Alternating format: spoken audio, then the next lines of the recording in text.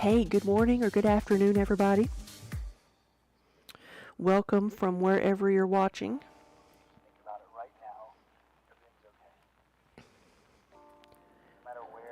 I've got a few things I want to throw this morning, and then for the rest of the week, we're going to be working on some glazes.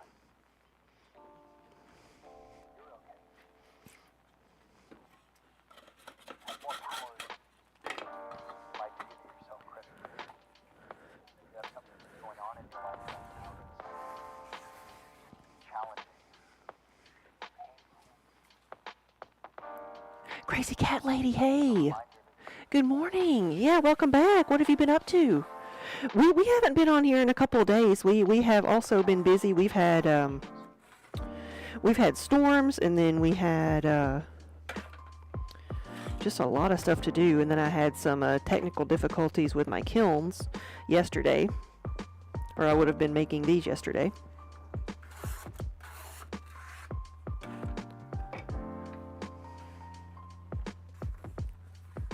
Like yesterday, I started a bisque yesterday morning and then planned to do some throwing in the afternoon, and went in and the kiln was not running, which is not a good sign.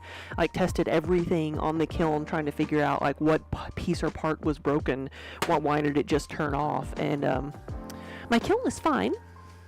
It was the power, a wire going from the breaker to the main power box had burned up, so I had trying to diagnose that yesterday all afternoon, and then figured it out and had an electrician come and fix it this morning. So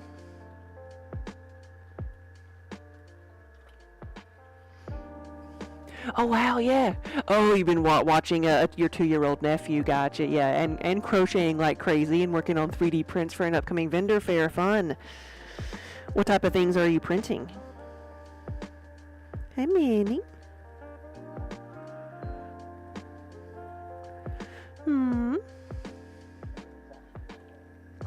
Printing and crocheting. I say that to mean like what tell me what you're 3D printing and what you're crocheting. Let me get a bag for my scraps.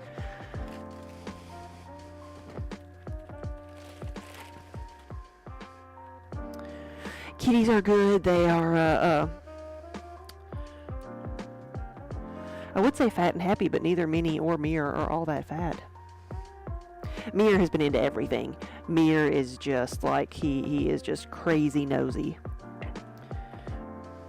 So we actually had to lock him out of into the front of the studio from back here while the electricians were here, because he kept trying to like look over their shoulders, and I was afraid he was going to jump on their shoulders, and I didn't think that would be a good thing. Oh, Wonder Hamster, she's fluffy.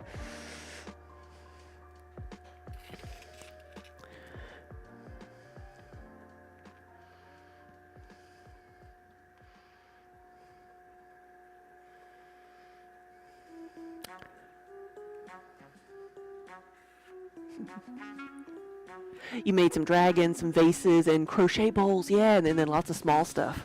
Fun. Let me adjust my guide here. Let's measure this first and then adjust my guide.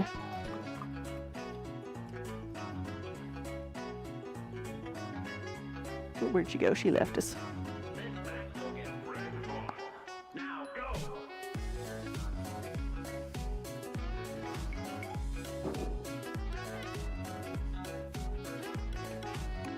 All right.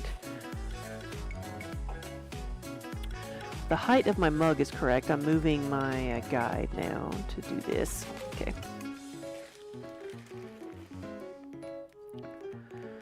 JD Lady, yes, I'm sorry. Yes, we lost Kiba a little over a month ago. We did. He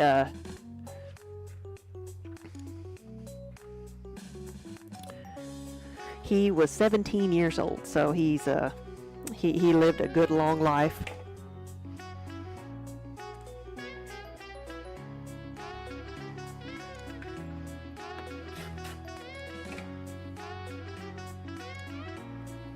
and was spoiled for the majority of it.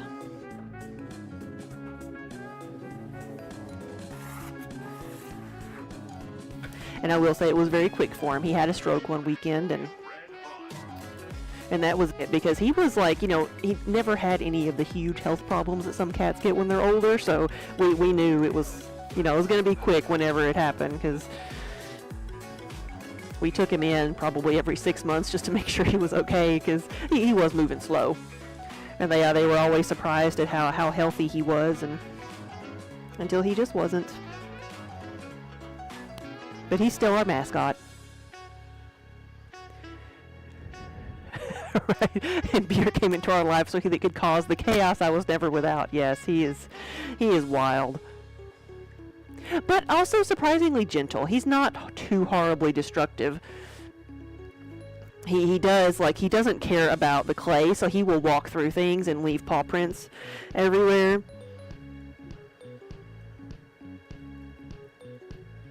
But like he will jump on you unexpectedly, but he doesn't always use claws, so he's, you know, he has a whole lot more balance than Kiba did. When you're crocheting, you're just making anything that catches your fancy. Yes. What was it? Some like we were next to somebody making crocheted things at one of the shows, and they were selling possum things like crazy.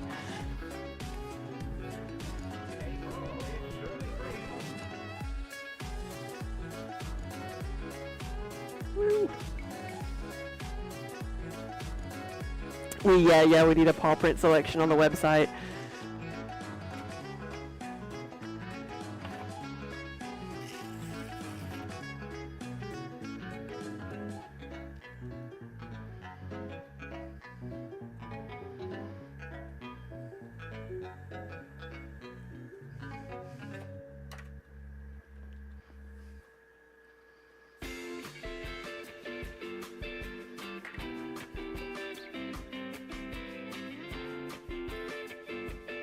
What was it? I saw people carrying around big crocheted spiders, like neon colored, like fuzzy spiders.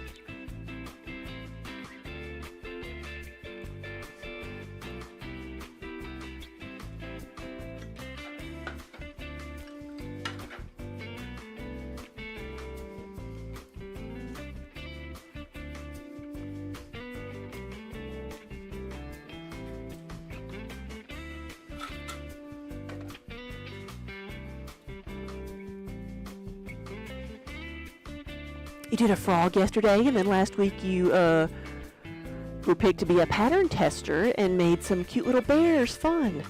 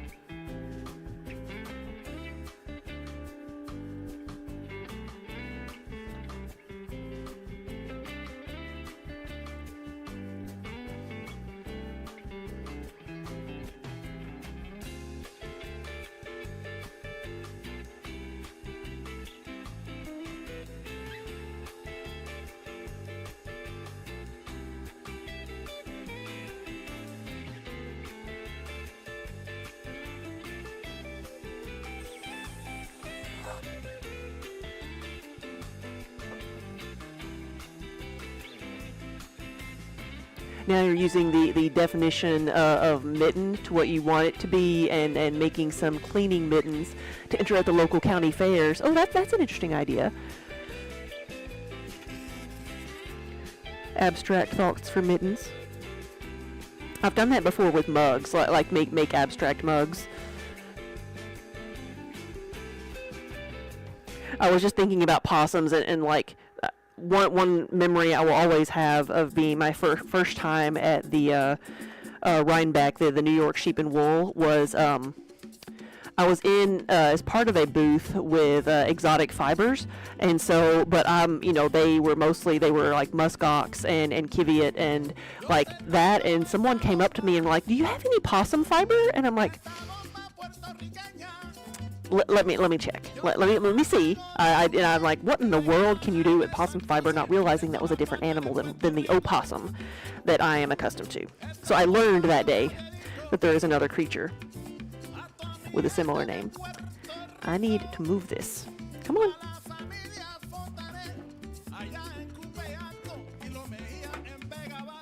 He doesn't mind the clay. He doesn't really want to get his feet goopy wet.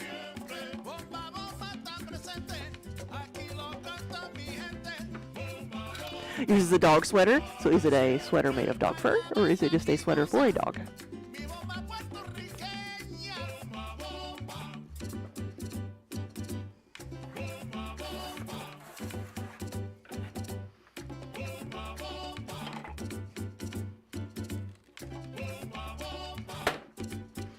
Because another experience I've had is with somebody who was selling, I guess roving is the right term for it, in a booth next to us, and they were sitting there spinning, you know, during the show, and they took custom orders, and one of their, like, deliveries that somebody was, like, picking up at the show, one of their custom orders was someone had given them their dog's fur to be spun into yarn, so a person could then make a sweater for their dog out of its own yarn.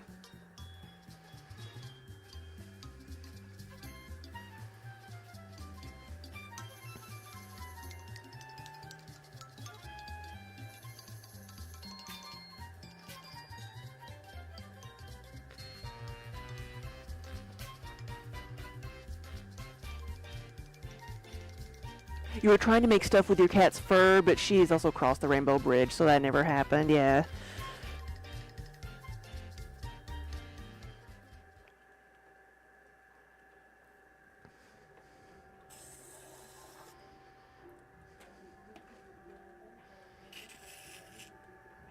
Jazz Club.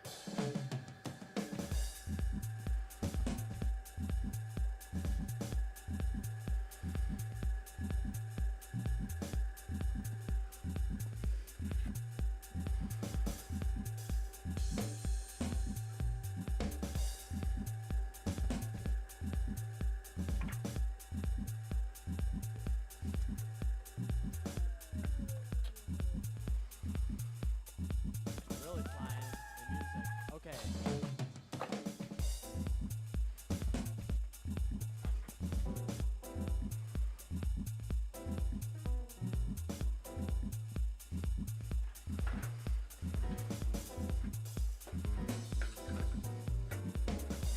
And it's so packed in here.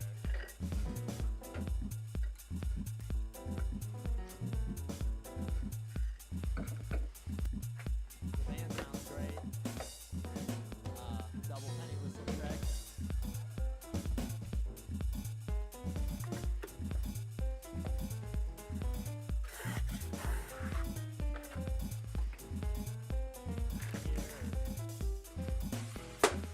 How are you? Yeah, I saved a little bit of Kiba's fur, but I, probably won't ever do anything with it. But I've got his paw print. I got several paw prints of him over the years. Oh yeah. Thank you. Yeah, man. Did you went to the screening of Pull My Daisy? Did you enjoy it? Yeah. Yeah, I love that. That movie is great. That's the second time I saw it. David Abrams talking about it. Really.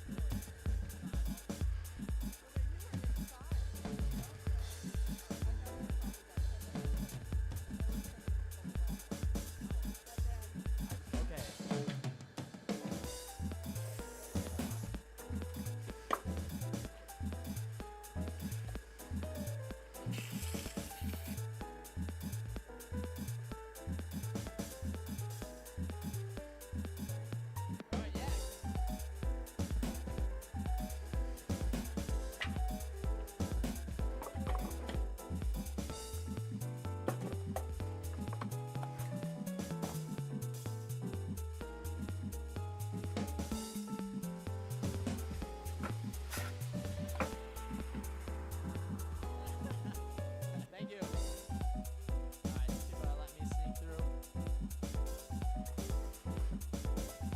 Oh, you have fur from all of your bunnies that have passed, and for a couple of them, you made your daughter a crocheted bunny and put the fur inside the belly.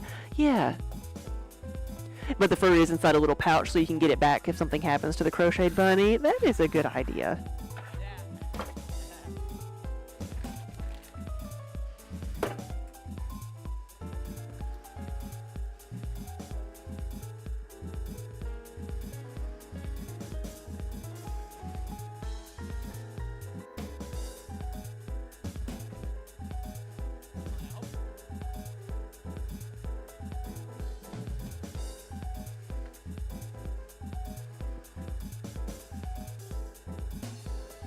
Here a little bit right now. We're kind of giving the drummers a little blow.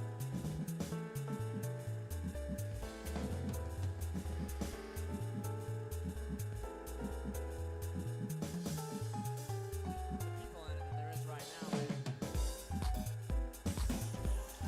Right now, about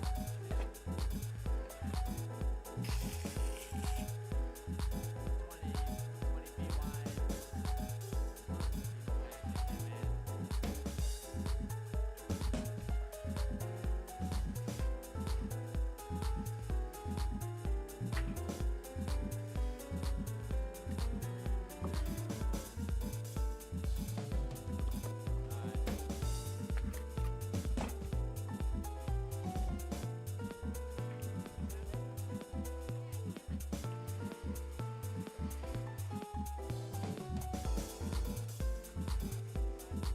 Thank you.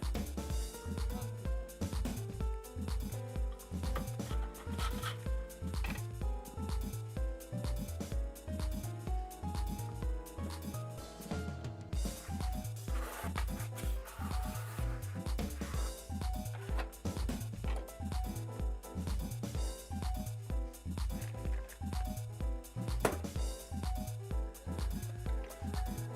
Thank you.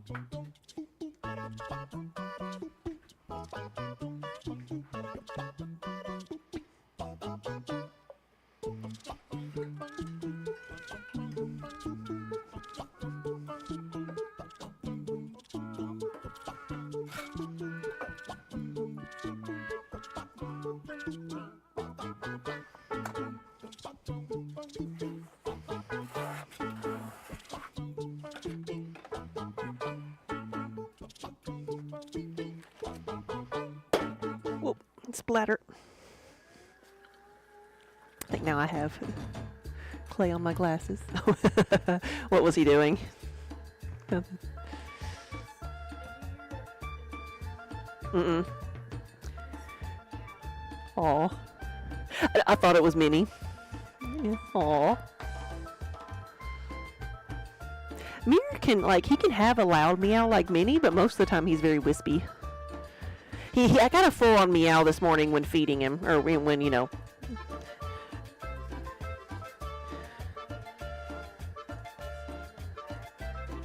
Mm-hmm.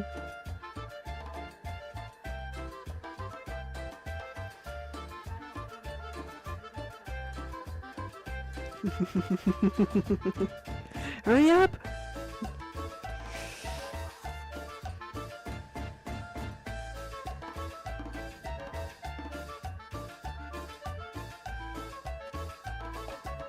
No, I have not seen anybody with baby goats.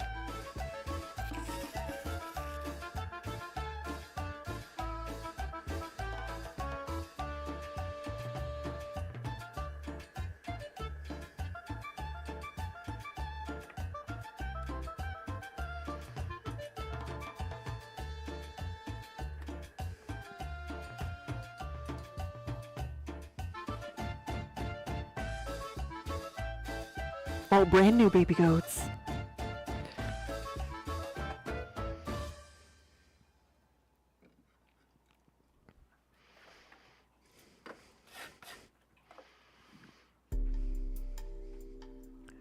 I have actually gotten to hold baby goats, like you know, about the size of goats, about the size of a cat, like that little bitty.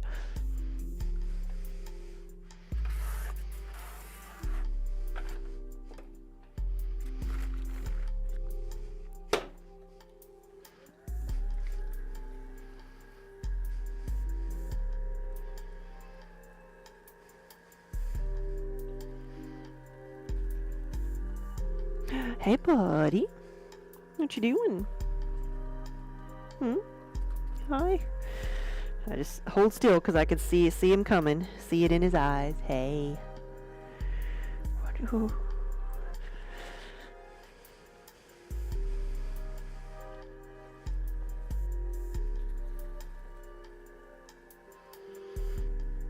That's become his new route to get by without having to touch the wheel, is to just go over.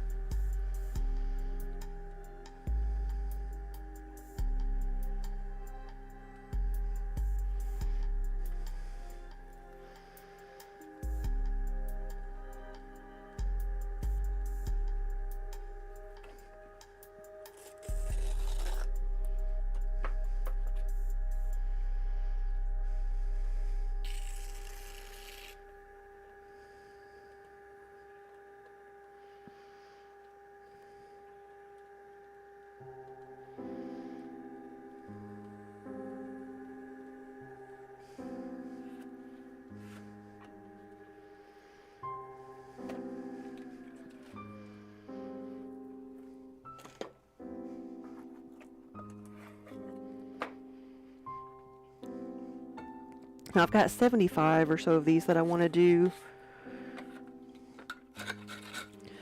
And then possibly some tankards for custom orders.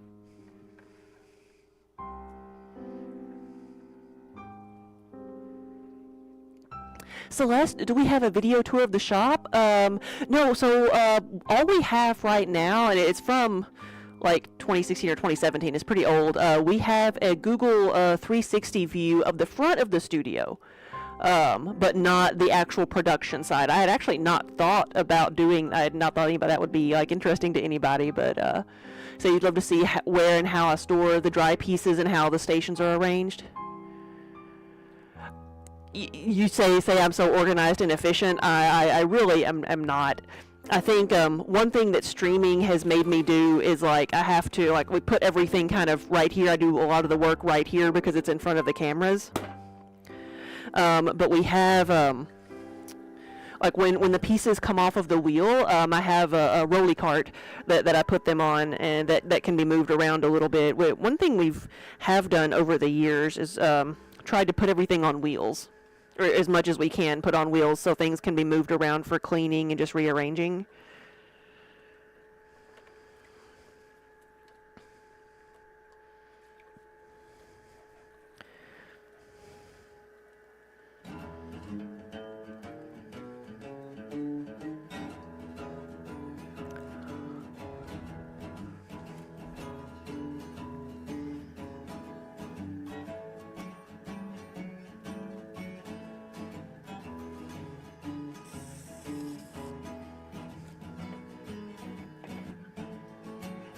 Plus, we're kind of a hot mess back here, so I've never like wanted to make a view of all that, a 360 view, a tour of everything like that.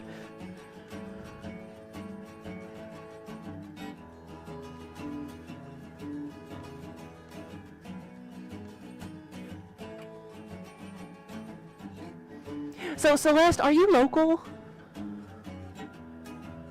Because I will say, like, you're welcome to come in anytime and look around. I'll give you a quick tour.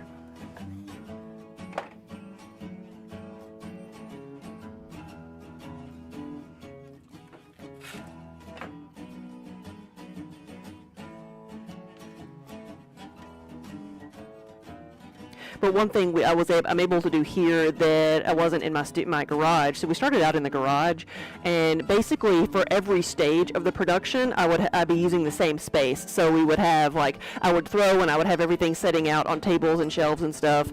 And then when it came time to fire everything, I would put it in the kiln. Then everything would be changed over to a glazing area. So we didn't really have stations, and to a certain extent, we're kind of like that back here because I use this station for everything because it's where the cameras are, but I do have, like, the tables that are used for glazing, and we have, like, shelves where the bisques stay, or the greenware stays.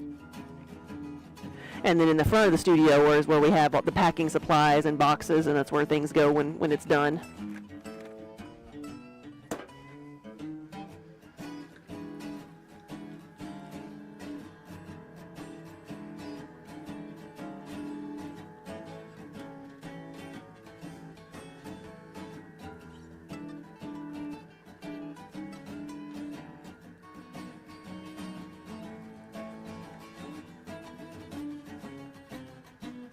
Oh, you're in Eastern North Carolina. Whoa. You're not too terribly far away then. Are you, have you ever gone to SAF? The Southeastern Animal Fiber Fair? It's in Asheville. And I ask because we are going to be going to it again this year.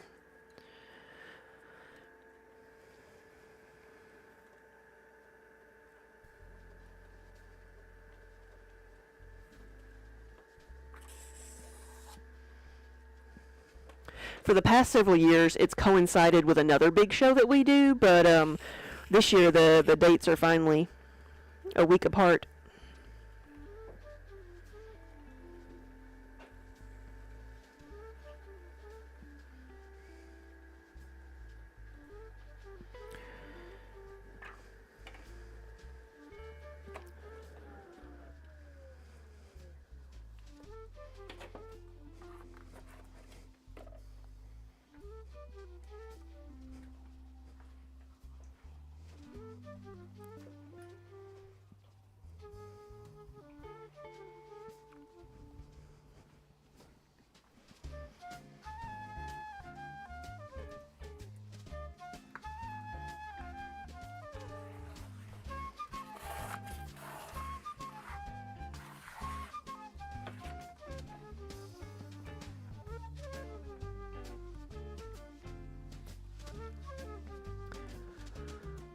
Tail Spinner.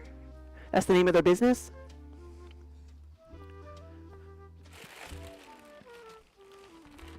Yeah, you've made some like flax water cups for her spinning wheels. Nice.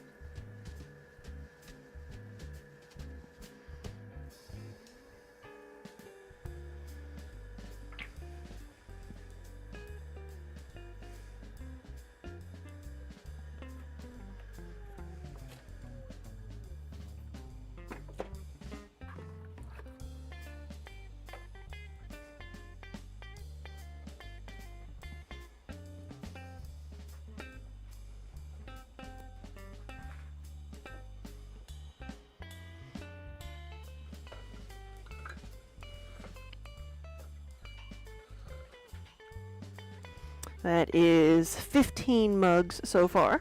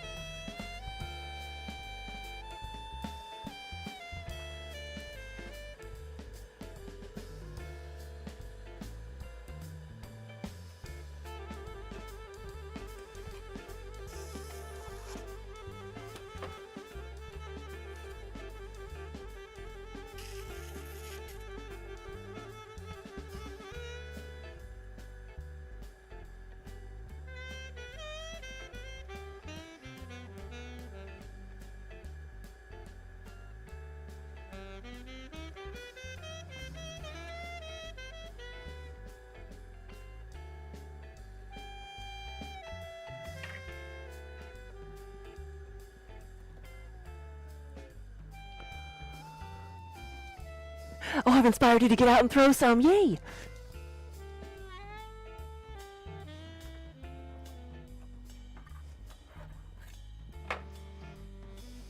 You might just make 3 pieces in a couple of hours, but it makes you happy. You know what? That's the most important thing. That's why we start this. We start doing things like this because we love to do it.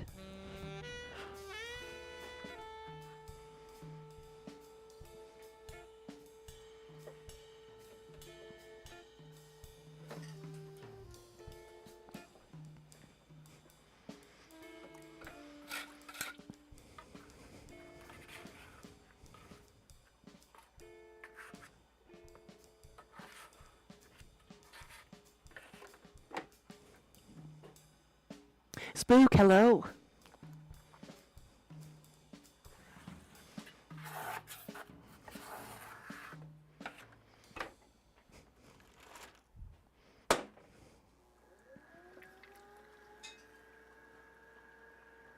Glitchwitch, hey, welcome. You're working on a baby quilt?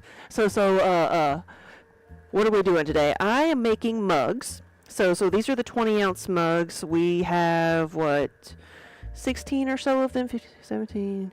This will be 18. So we're just getting started. I've got about 75 or so of these to make, and maybe a few tankards.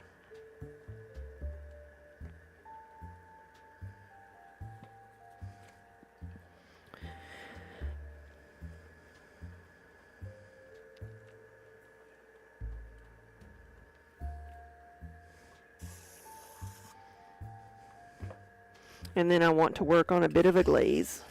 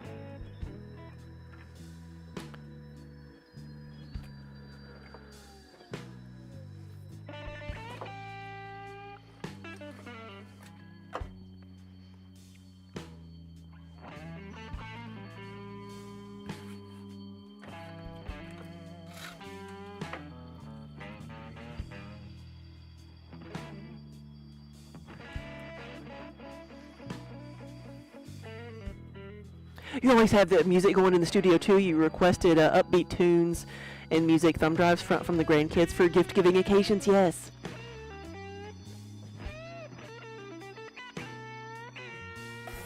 Yeah, it's convenient. Yeah, it's why like I'm using a YouTube playlist right now. The playlist I have to use for the moment are the non-copyrighted music. Oh, Daniel was telling me there's a way in OBS to get around that now.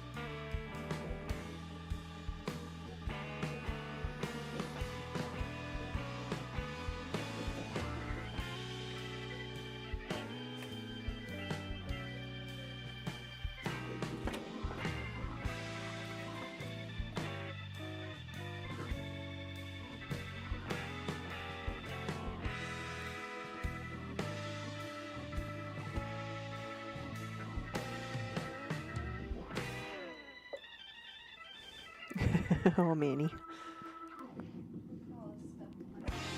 Oh no.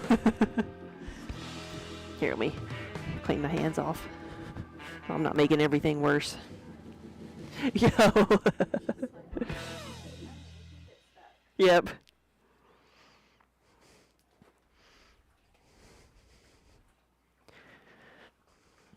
Hey, Manny.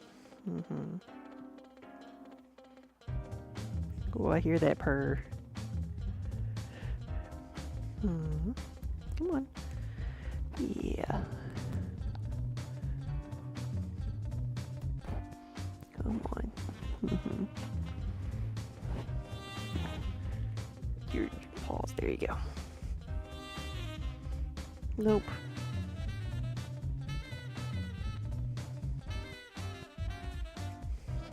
Minnie's got a few more white hairs, like speckled throughout her gray coat.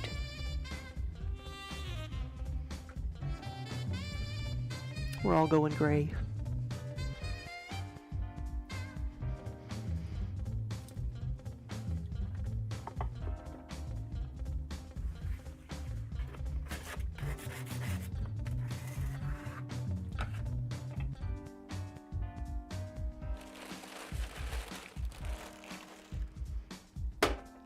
All right, we got 21 mugs.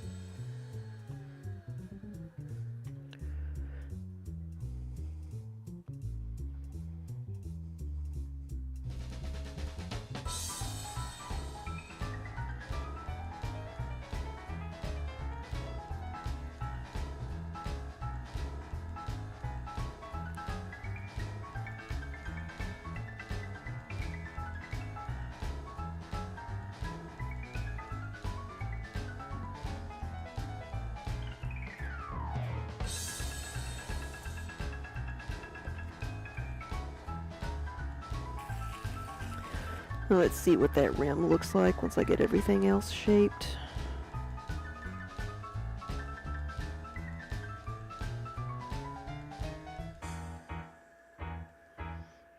So if it's just a little bit wobbly, I can fix that, like later on we can sand it level.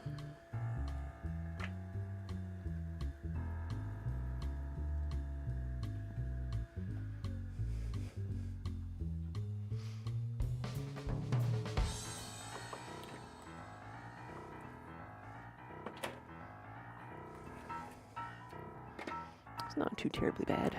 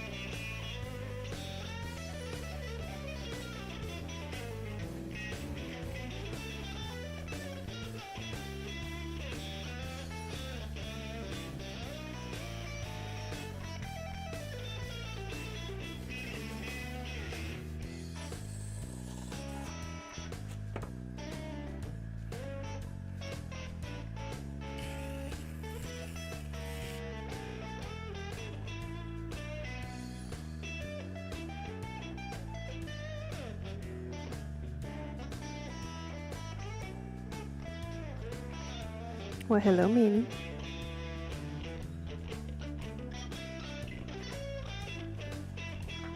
Hmm.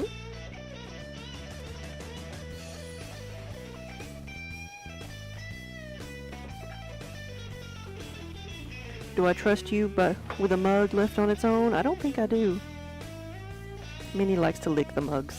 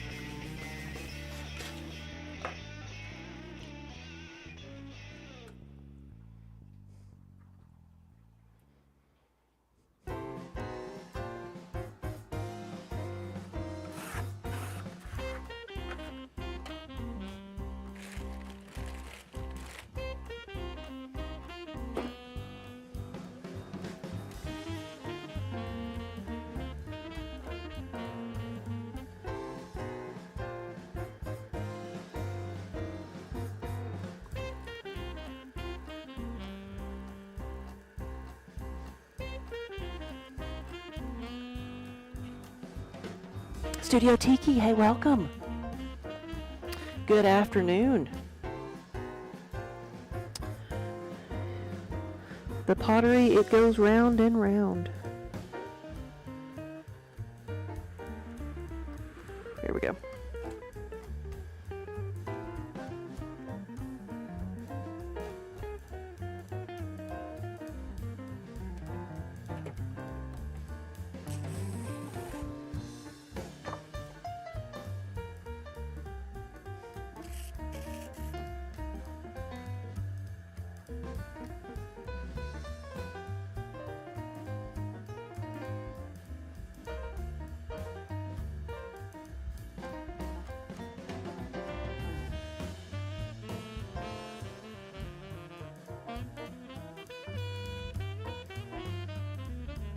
Let's see, this one needs to be a bit taller. But I'm making my 20-ounce mugs today.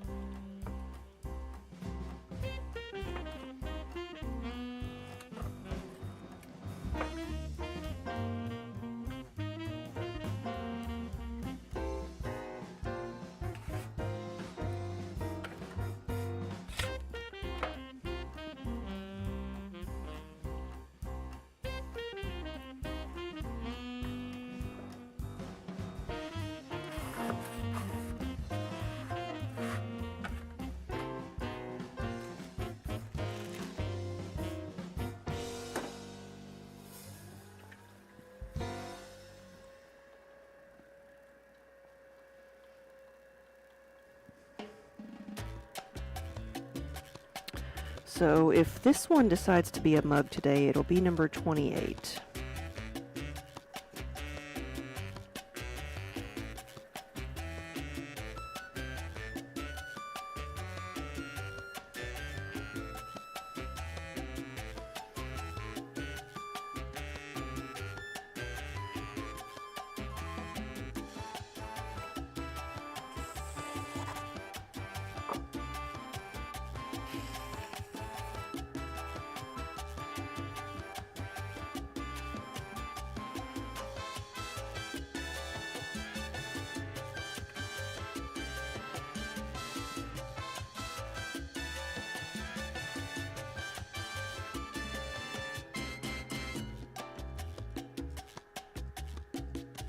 Oh yeah, what type of things do you throw?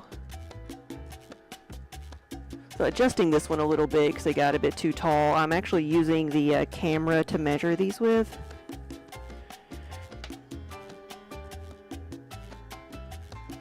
This one was just a little bit bigger than it needed to be. There we go. Let the wheel do the work for you. I had not thought about that.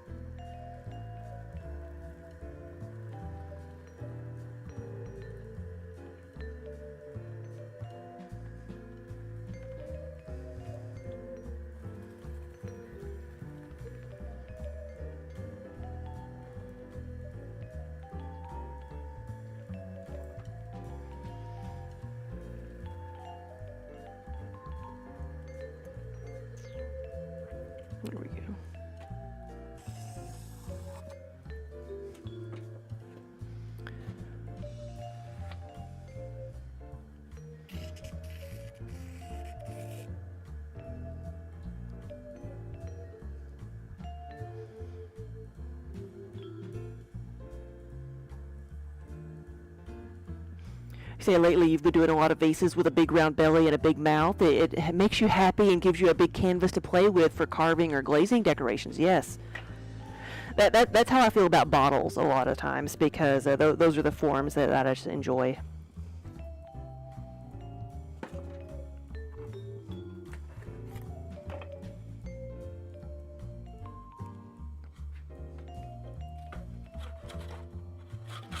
But I really do not mind production work at all. I make a lot of mugs, and mugs pay the bills.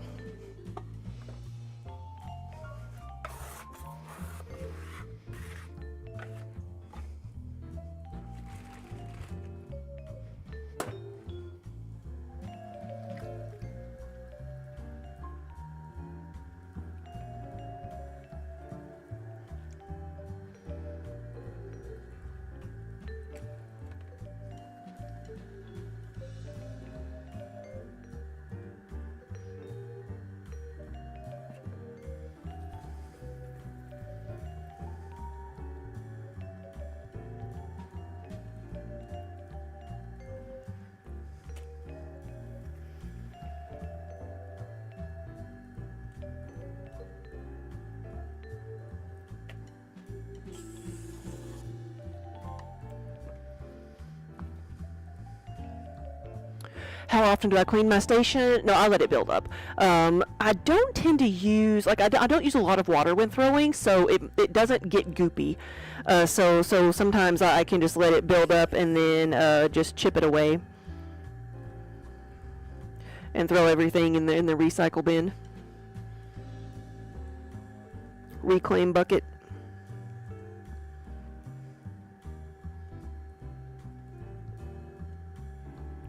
The mouths on these are getting wider. I need to pay attention to that. There we go.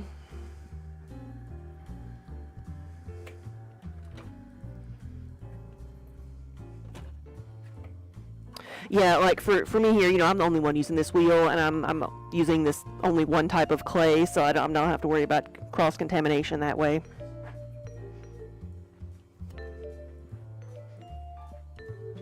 Alright, we have 30 pieces now.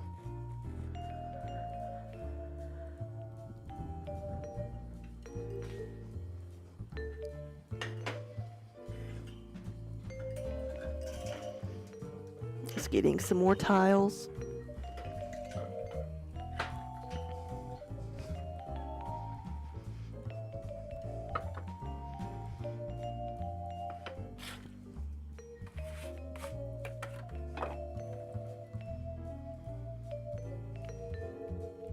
The ones at the studio come apart in 2 pieces. Yeah. So, well, this actually, my splash pan here comes up in 1 piece.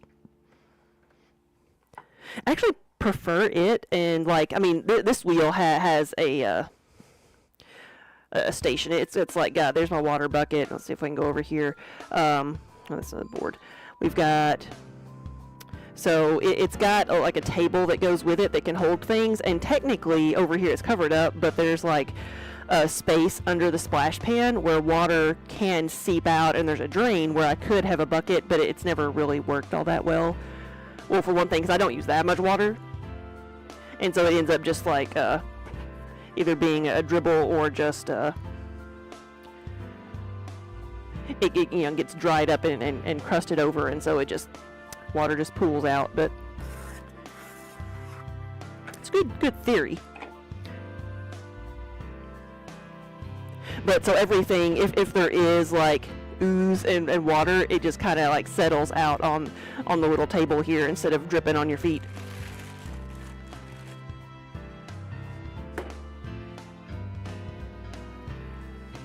And I'm also standing at the wheel, so I'm not so it's higher up off the ground too.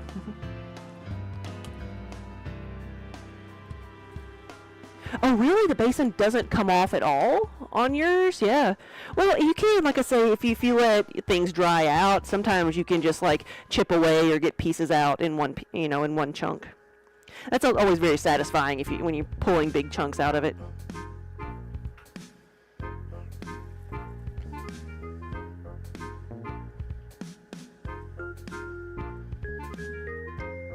I'm using a smooth stoneware right now. When I was using porcelain, I was using a lot more water.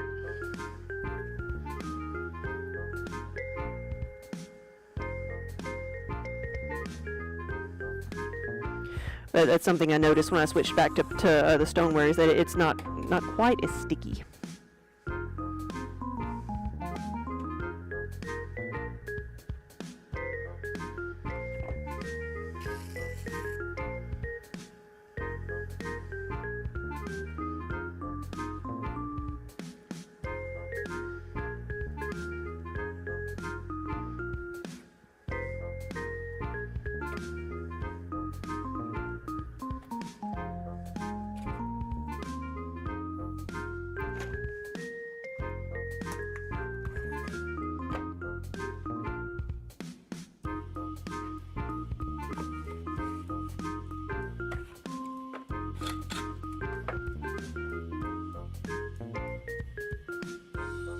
Standard brown 112. Let's see. One of the porcelain that I used was a standard brand. It was their 213, so it was like a cone 6 porcelain, and it looks really good. And I used it at the time because I was doing a lot of like carving and cutout designs, and it worked. Like it was like much stronger in the greenware stage than a lot of stonewares.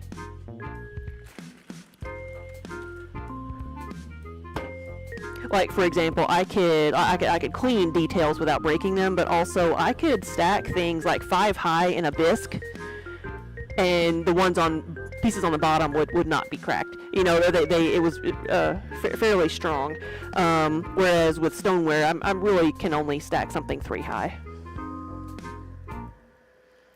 But with the porcelain, it was so finicky as far as like cracking. Like there were so many S cracks. So many. If it didn't dry just the right way, then it was going to crack. So there was a great deal more loss than I have now.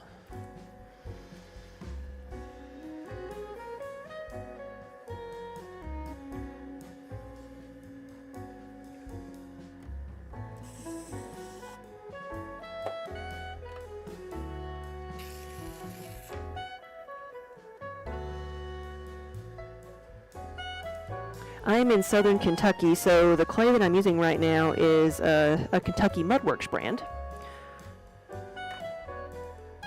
So I'm using a local clay manufacturer.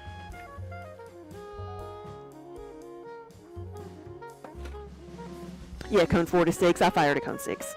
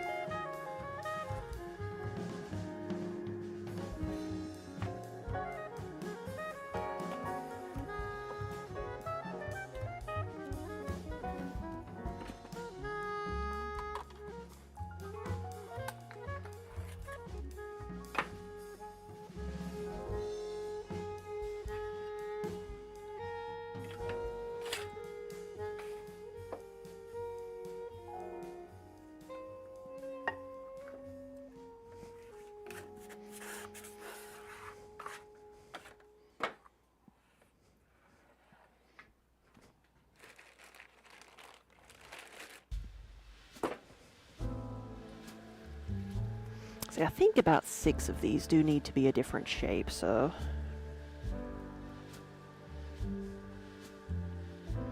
when I get close to the end of my batch, I'll make a different shape.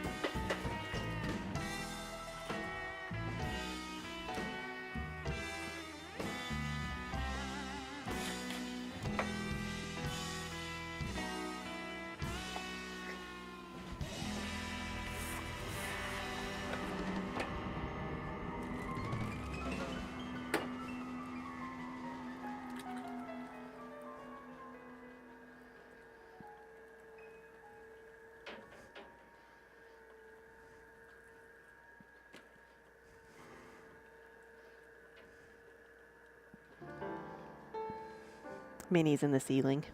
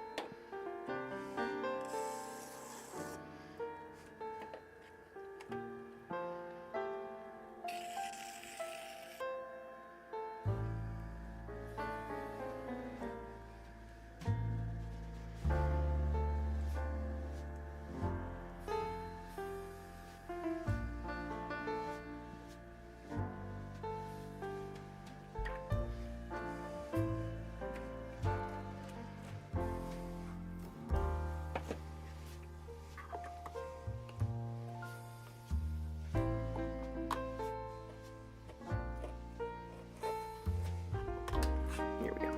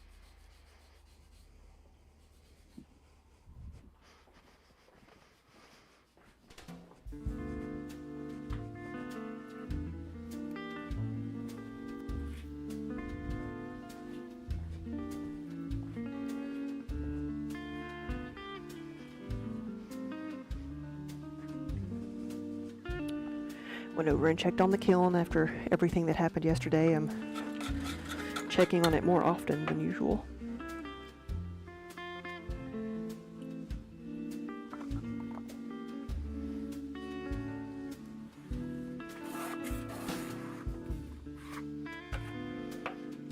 The kiln yesterday just shut off mid-run and would not turn back on. I was troubleshooting everything, like from the relays to seeing if there was a short somewhere, the breaker. No, like nothing was wrong with it.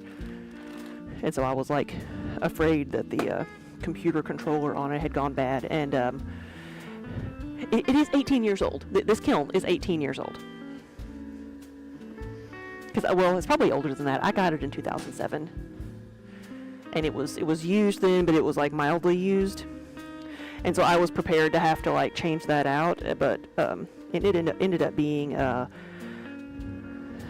main power line coming in to the switch box had gotten loose and burned up and disconnected. So it was a power failure. The kiln wasn't getting any power at all, and that's why it shut off, but it took me a while to figure that out.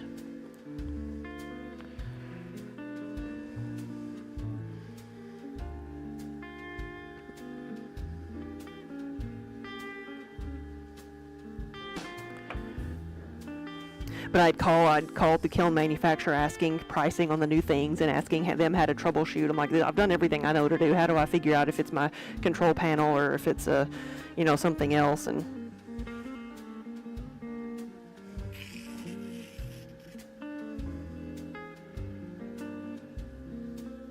And we had custom rewired this kiln several years ago, which has made it work really, really well, but we changed things that, the Olympic Kilns was asking me for, well, have you tried doing this? And I'm like, I don't actually have that anymore. And they're like, what? We moved things around.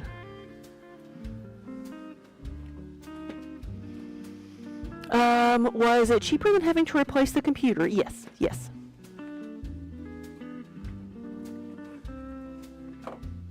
I ended up having to have an entire new switch box brought in, which I was afraid was going to be much worse than it actually was.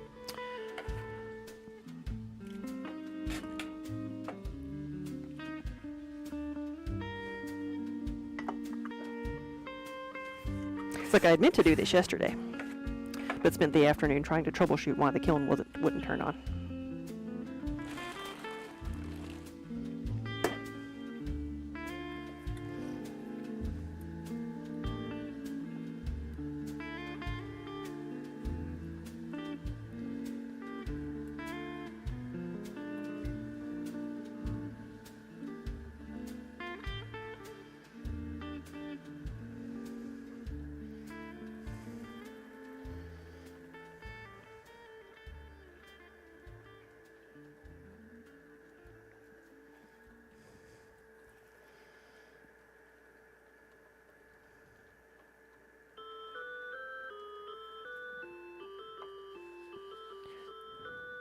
Charlie, hello.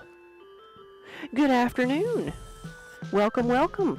Yeah, we have, so we are multi-streaming. We're on Twitch and YouTube and Facebook, so I'm seeing everybody's comments. So if you are thinking that maybe you're missing something, it's probably just a comment from another platform, but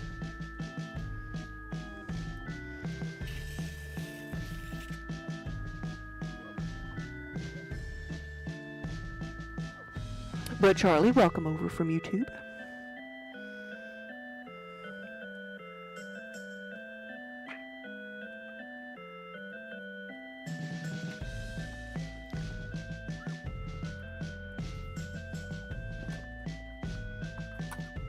So we are just trying to make it a bit muggy in here today.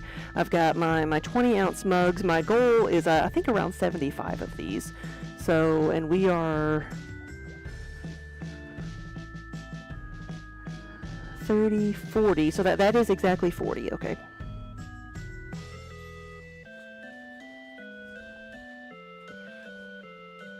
So that's a good time to hydrate.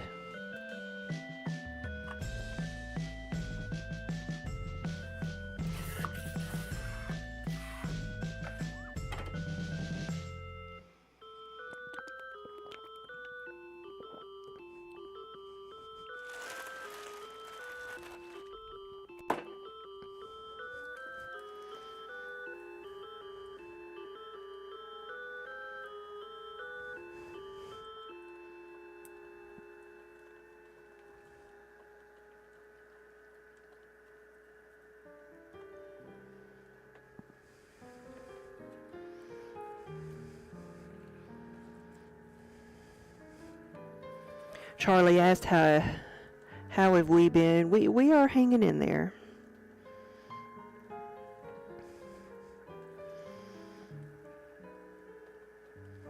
Things are moving a lot slower than we would like them to this spring, but we've gotten into a few extra shows, so we actually are going up to Chicago, not this weekend but next weekend, for C2E2 as an exhibitor.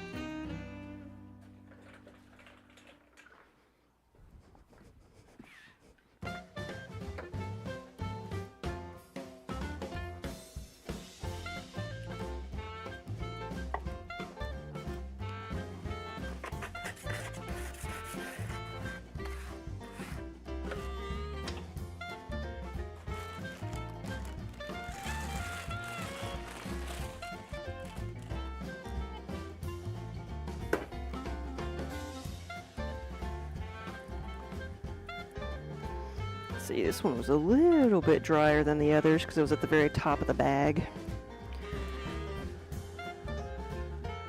I like to throw with pieces a little bit softer,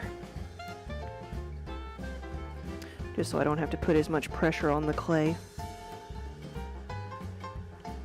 When you're doing 75 to 100 at a time, it makes a difference.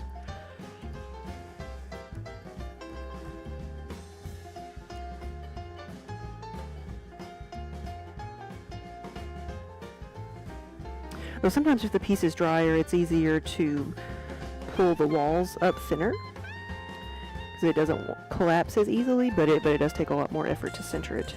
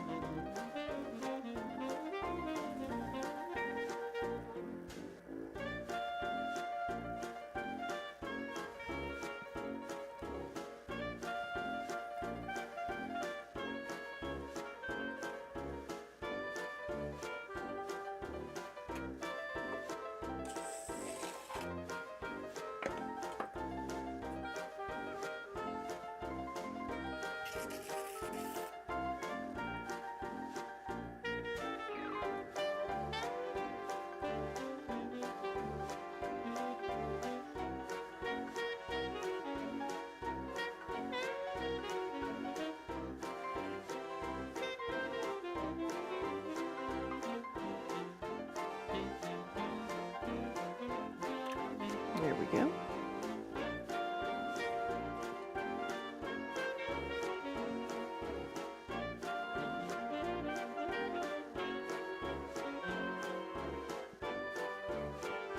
This one seems like it's a lot wider than it should be, so I don't want it to be too brittle. I'm going to compress it down a little. And then get it the width I want. What number are we at? We are somewhere between 40 and 50. Let me see.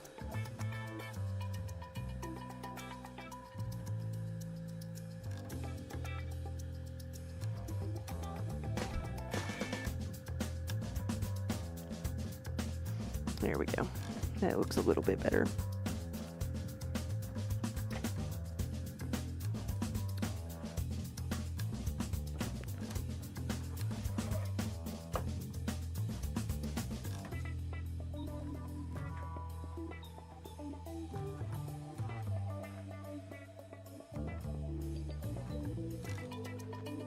We are at 44.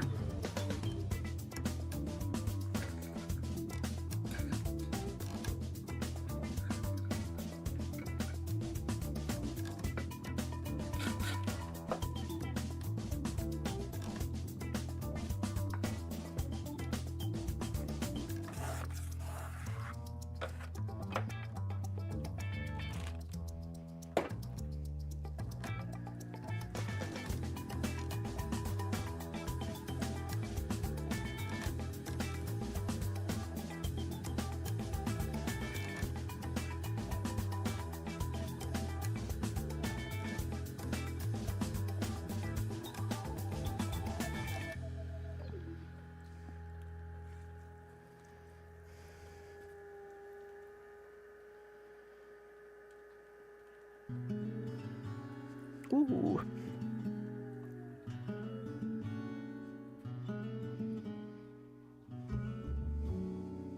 It's not dead yet.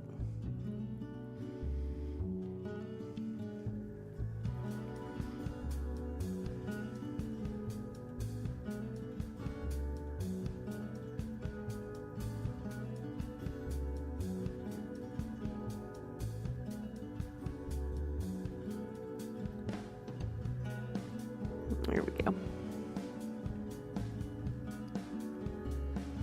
A little bit faster than that.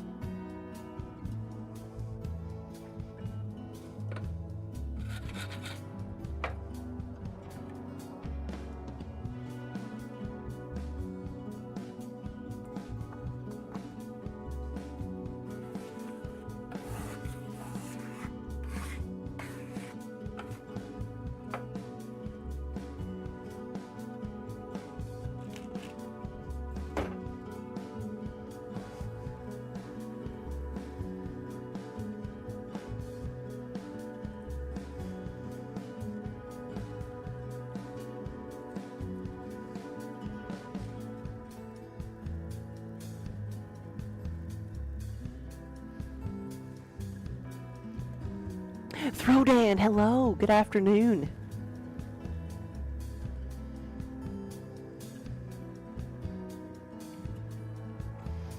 Joe, how are you doing?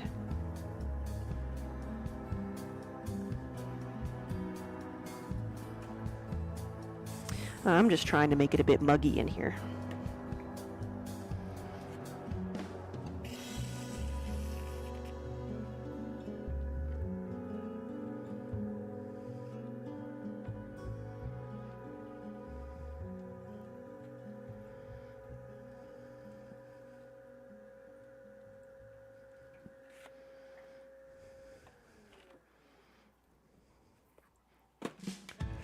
We are 46% muggy. That's how many we have so far. 46 pieces. Not as bad as it was on Sunday night. We had some pretty good storms. There was some places in northern Kentucky that had tornadoes touch down.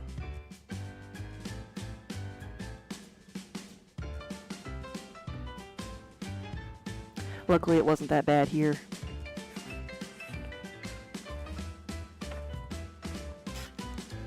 And I'm actually kind of grateful that that we had the storms, and so I didn't start this kiln on Sunday night. I was just going to start it and go, and because it was just a bisque. And then when I started it on Monday, because we were worried about losing power during the storms, and then started it yesterday, and then had issues with it. We were here to catch it.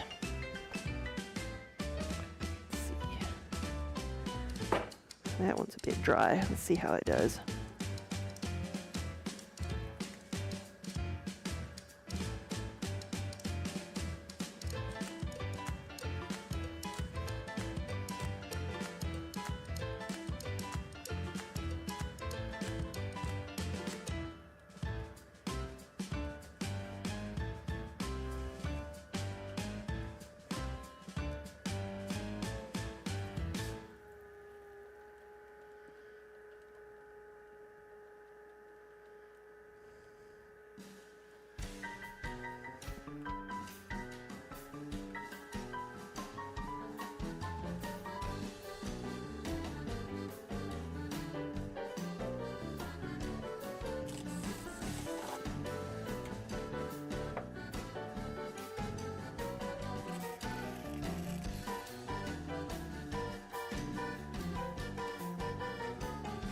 come on, focus. Focus.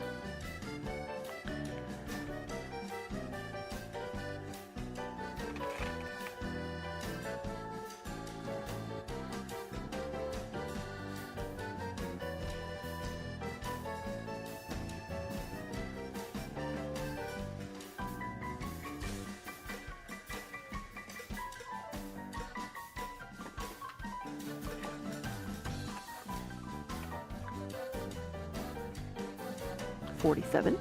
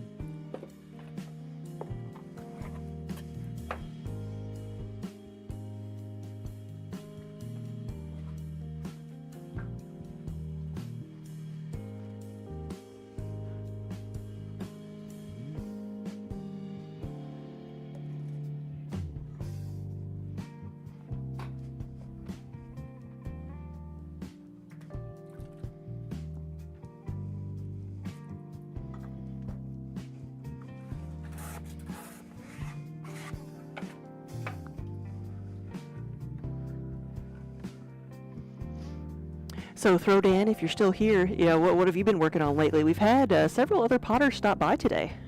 So I always love hearing what other people are working on.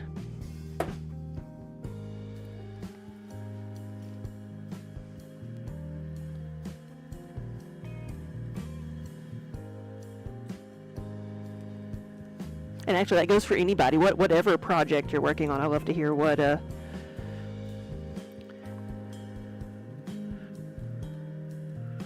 crafts or other things, what projects you have on your needles or on your tablet.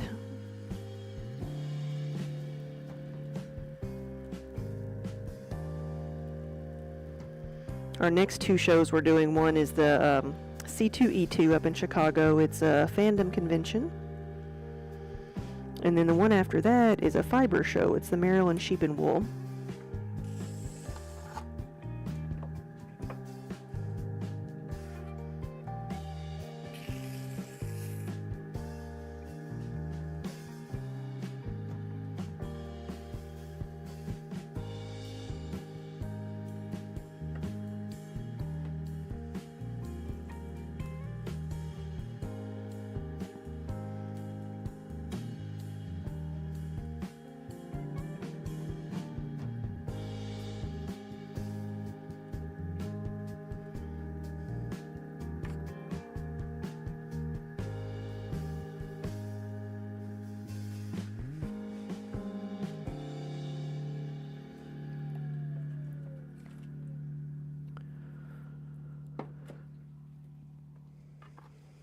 You were just thinking that it's so mesmerizing watching me throw. You managed about 4 bowls in an hour.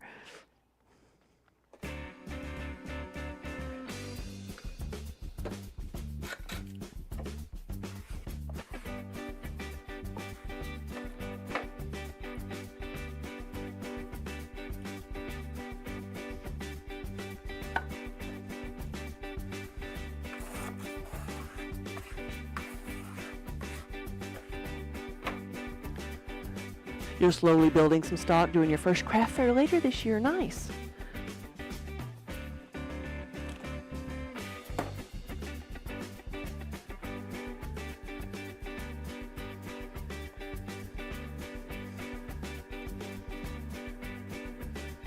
Yeah, these are all going to be mugs, and I've got handles made up, and we've got some medallions to go on them.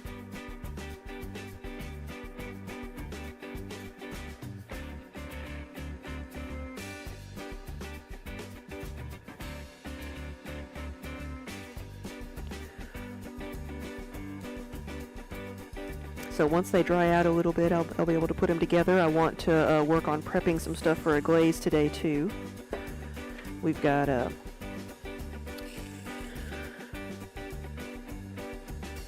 then that's what I'll be working on for the rest of the week is mostly glazing. If I have time to do another like day of throwing or something, I might do that. I'd considered having like I consider a good day of throwing like 75 to 100, you know, but I'm thinking of doing like half days of throwing, only making 50 or something while also doing a glaze.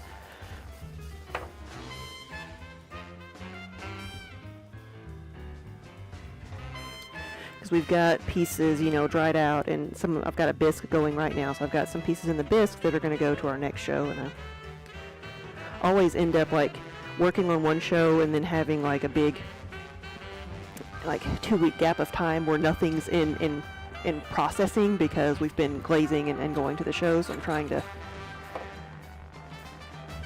keep every stage going, so I don't feel like I have to start from scratch every time.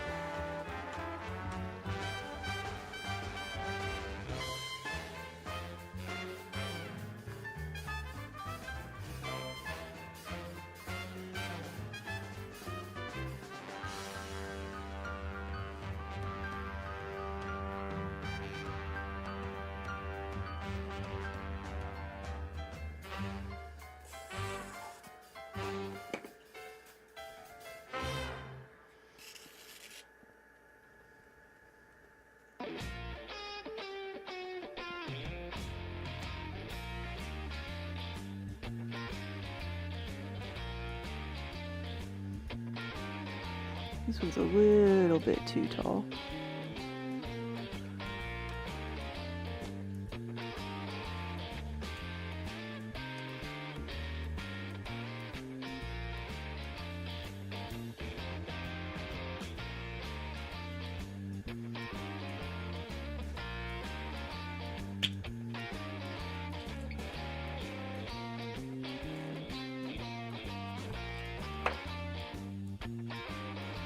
Oops, I need another tile.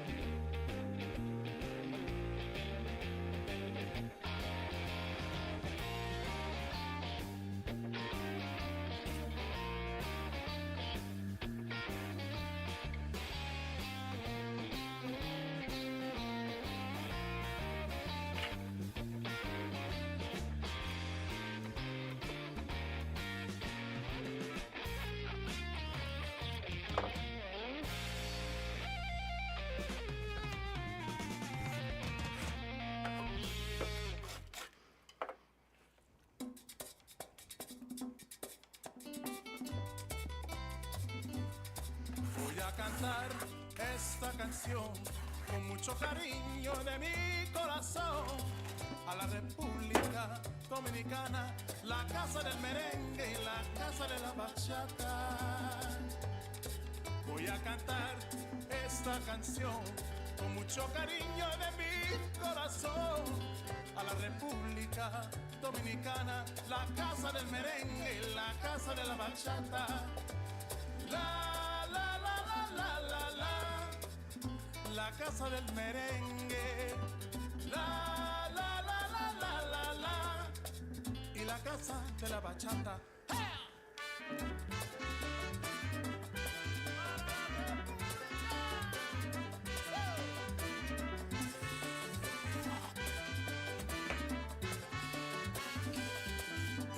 Música, música, música, te traigo música, música, música, música de la República. ¡Ajá!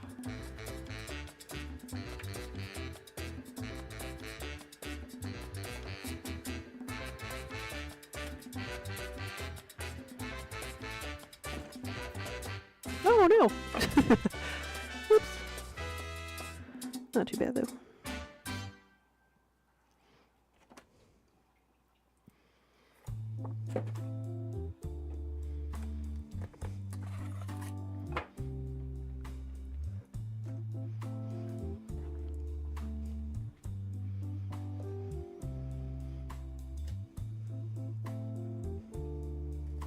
See, I think I have 53. Is that right?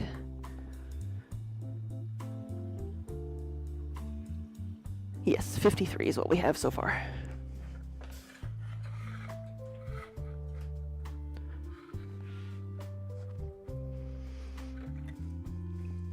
Which means I missed my hydrate at 50.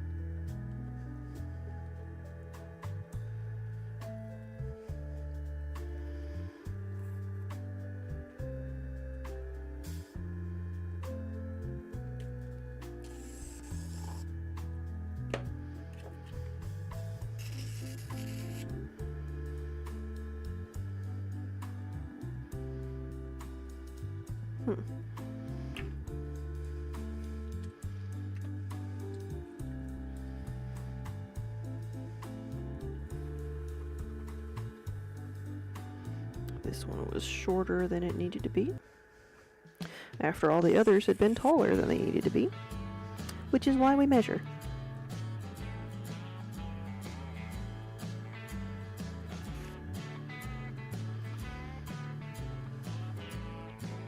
I'm measuring with my camera. I've got a guide set up in OBS so that I can measure the height of these and know, if I'm a little bit off, rather than waiting till the thing's done and then measuring it.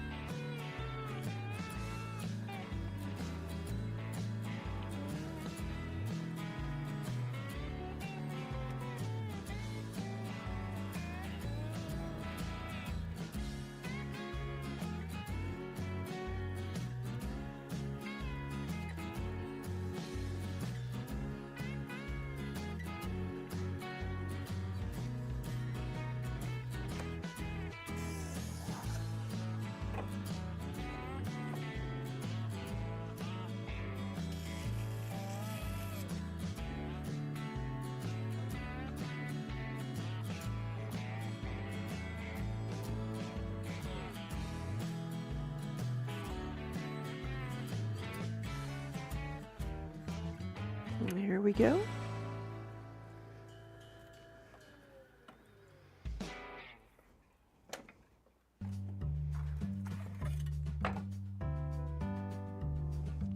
And we have 55.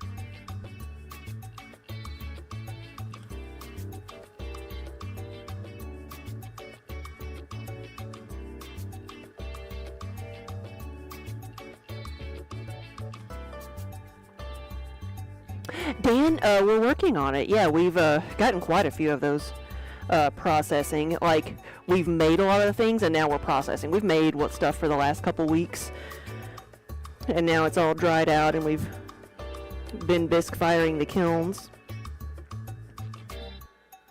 So we've been doing several things at once.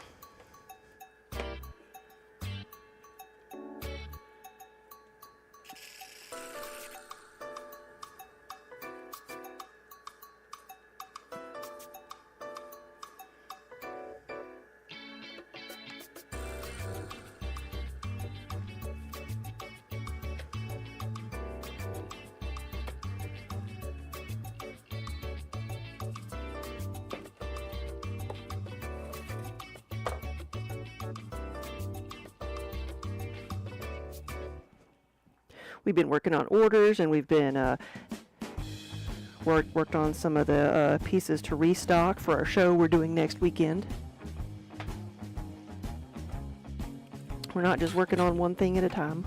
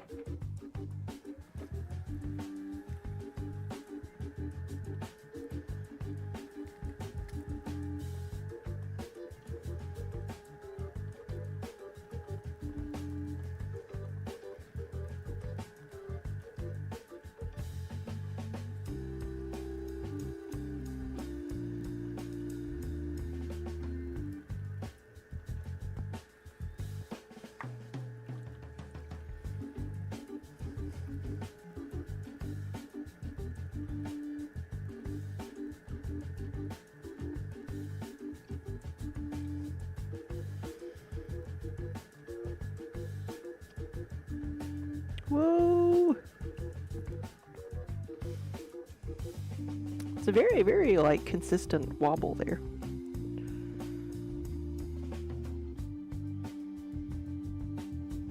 Come on. Nope. Okay. We're just gonna collapse down. We'll work with it.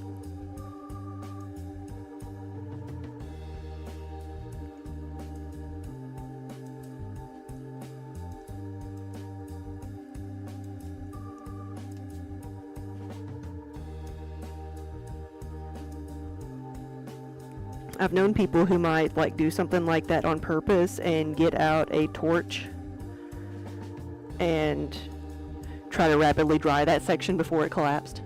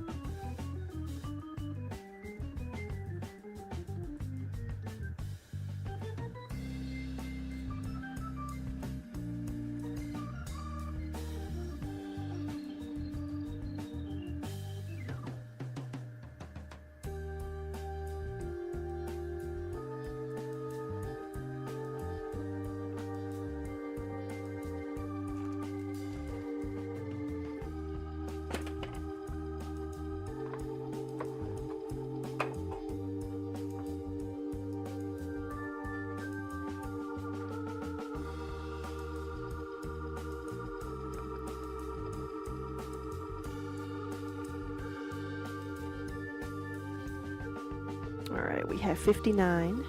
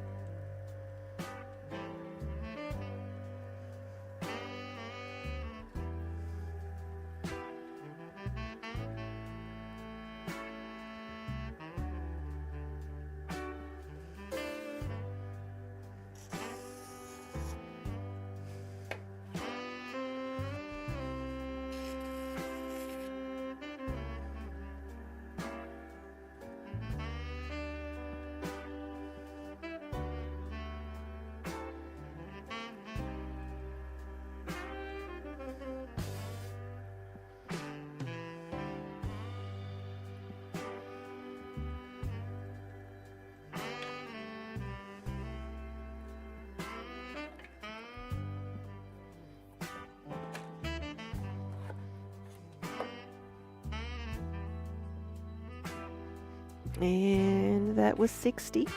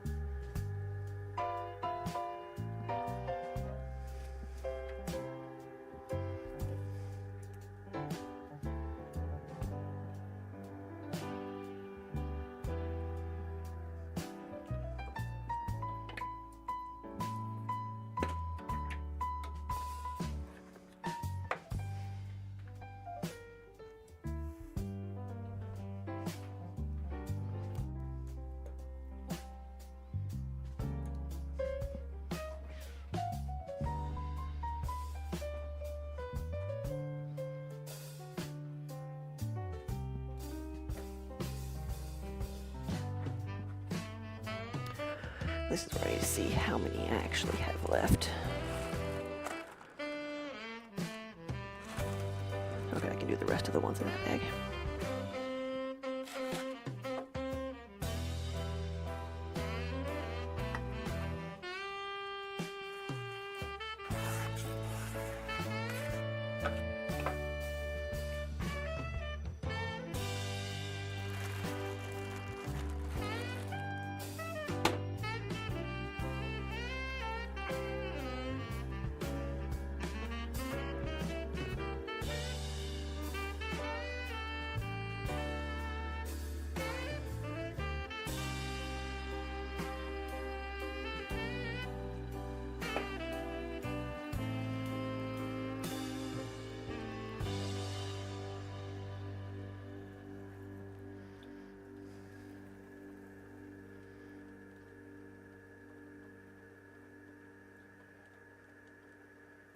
Come on now.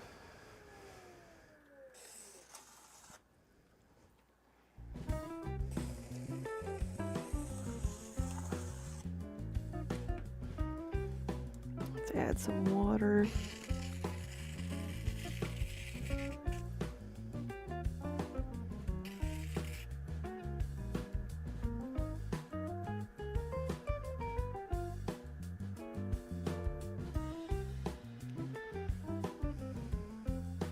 Okay, we've got enough height here.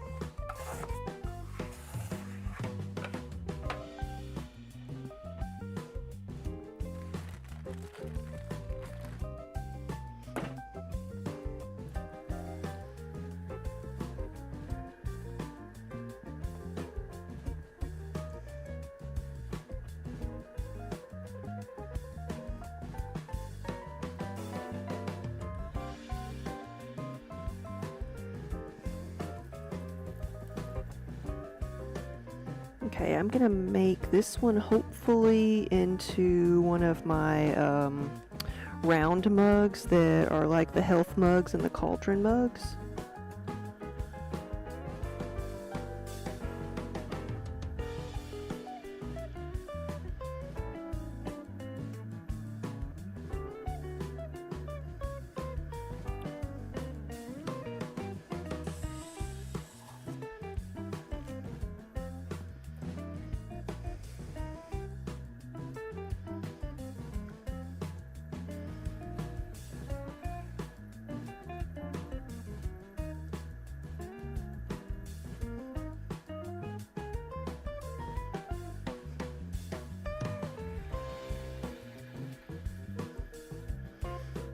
And that little wobble there that I was able to smooth out is why I use the more rigid blue rib. I'm making these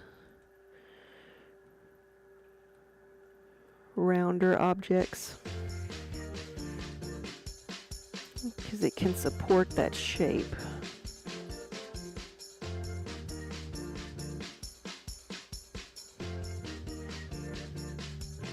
And then I can smooth it out a little bit more with the metal one, but the metal one just doesn't support that angle at the base as well.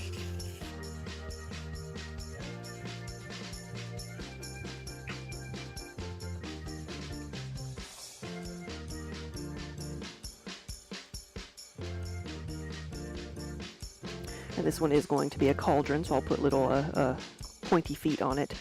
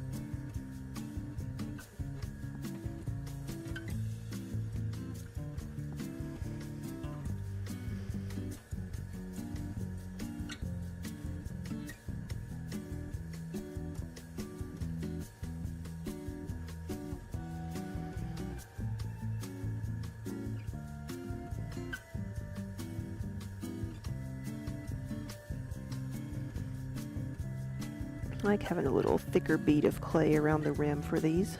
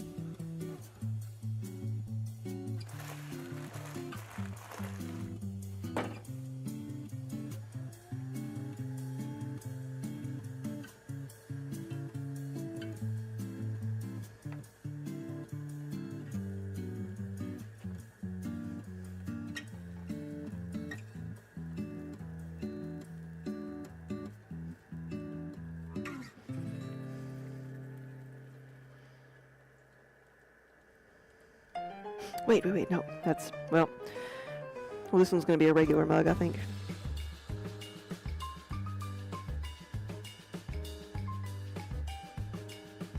I made it too tall, too quick.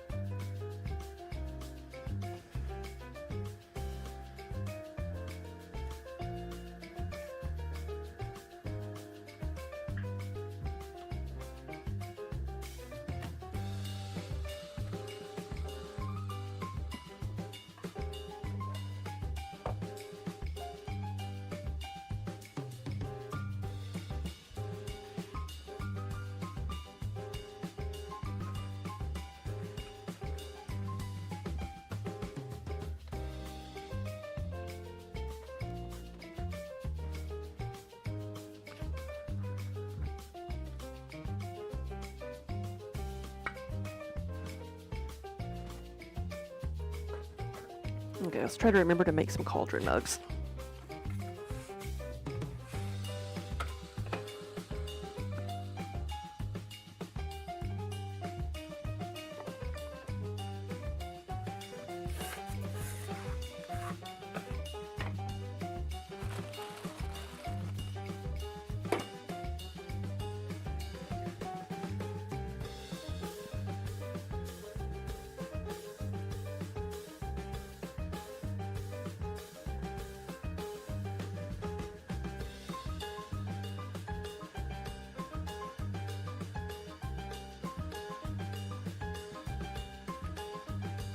Autopilot, yes. I pulled the walls up too thin. Because I just went on autopilot. Here we go.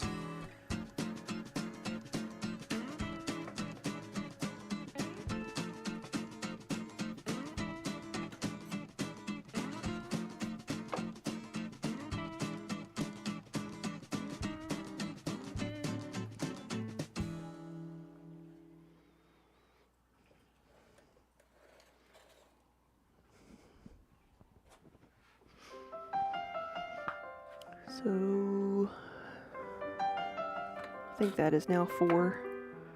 So we'll do 2 more of the cauldrons.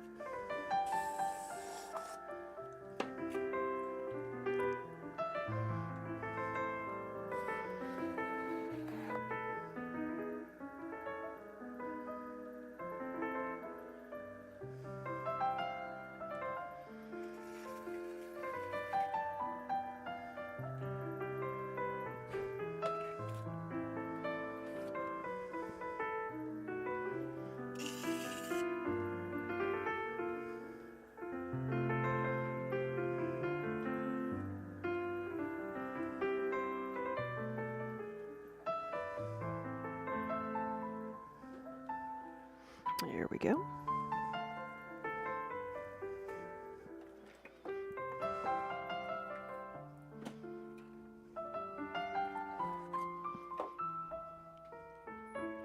There's that one, and then 1 more of these, and I've got to actually like check my handles and see like how many handles I actually have made up. But there's no point in making more mug bodies like right now than I have handles.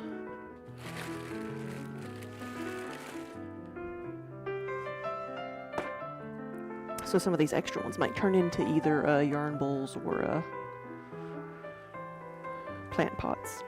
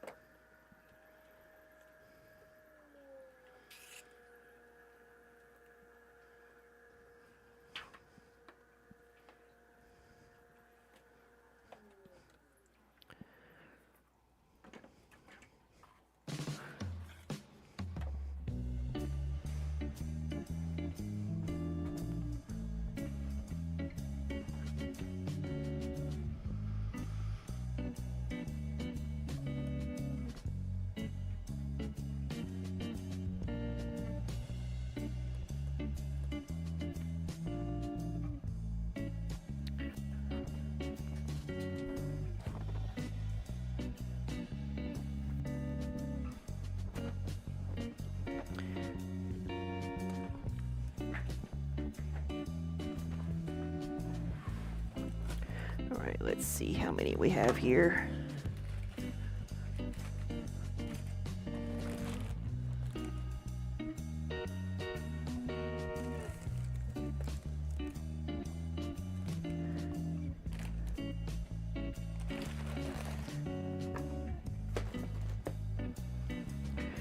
Well, it says we have 66 and we're already at 70 mugs, so let's see what we can make with the rest of these.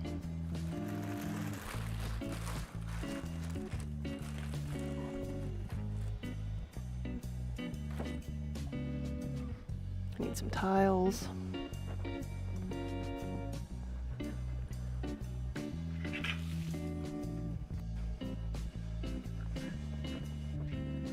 I'm gonna make some of the small plant pots. Celeste, hey, oh, it's baby goat feeding time. You got two 12-inch plates trimmed. Two 7-inch tall vases thrown while I did 60.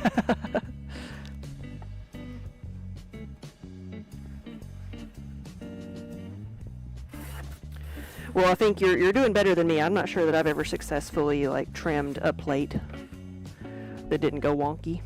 Hey, buddy. Hey.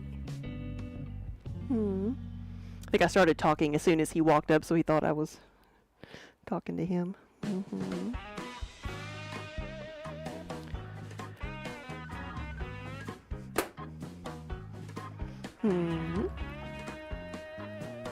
What you doing?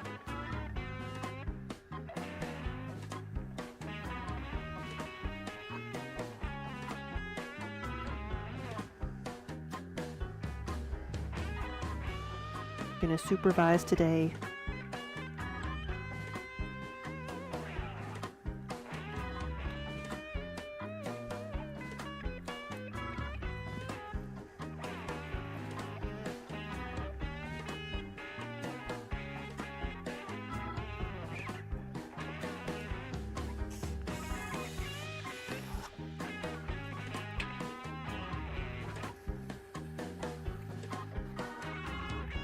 See, we should just call these plant cauldrons and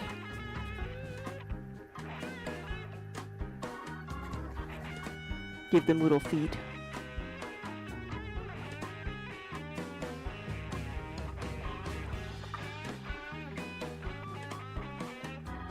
What would you rather have, a plant pot or a plant cauldron?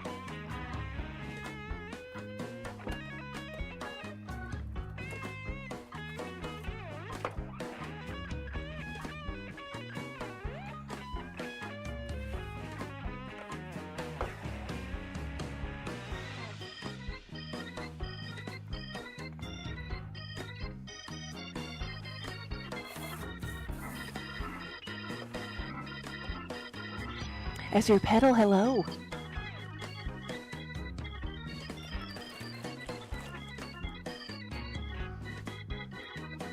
I'm gonna splatter him.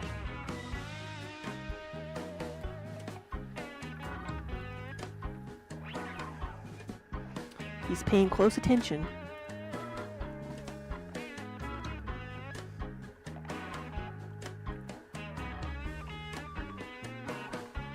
So this one is the smaller plant pot, which is really like the most popular.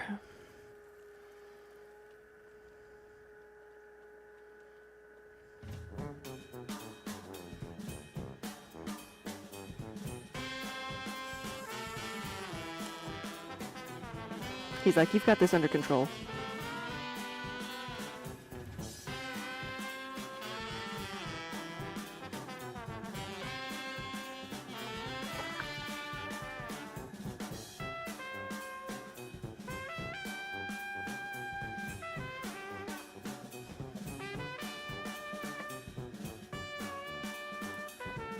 Yeah, so I've been making mugs, but I've made enough mugs for all the handles that I have.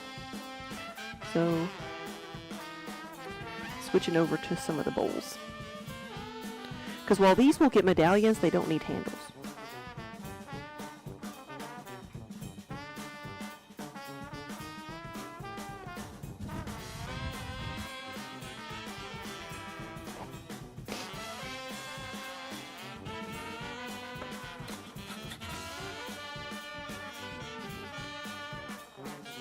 Sweet, you've been using the black cat emote, the heart one? Yes. In another stream, he's got a huge black cat, a mini panther. Ooh, what, like an actual panther? Is that the Luna?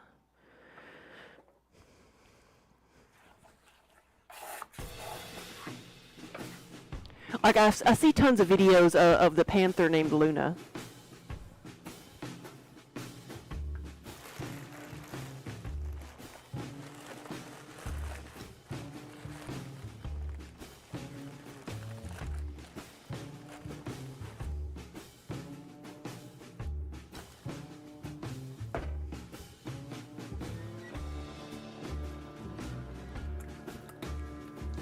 Or also just for black cats, because we can call them mini panthers too.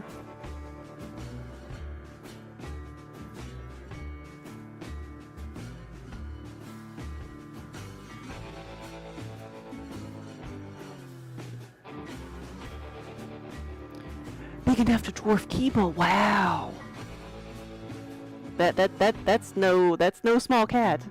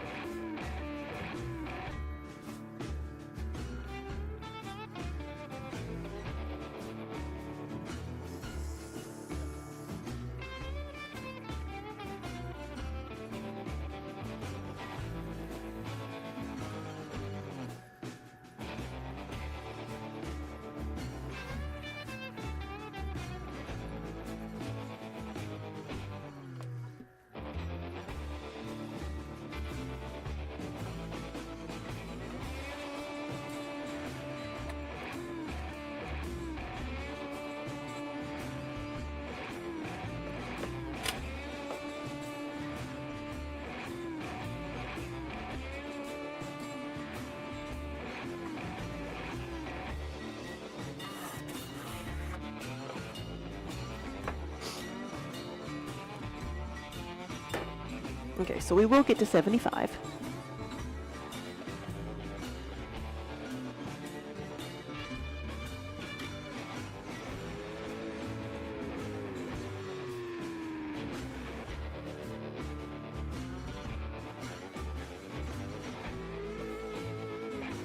We are currently at 72.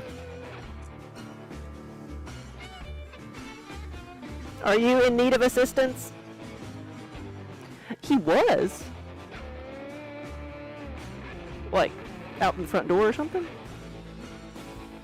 There's a man with a dog in the front. Okay, we're gonna go see. Let's go see. Yeah, I don't know where Mir is. Is he up there? Oh, okay, I'll be right back. Mir's not happy.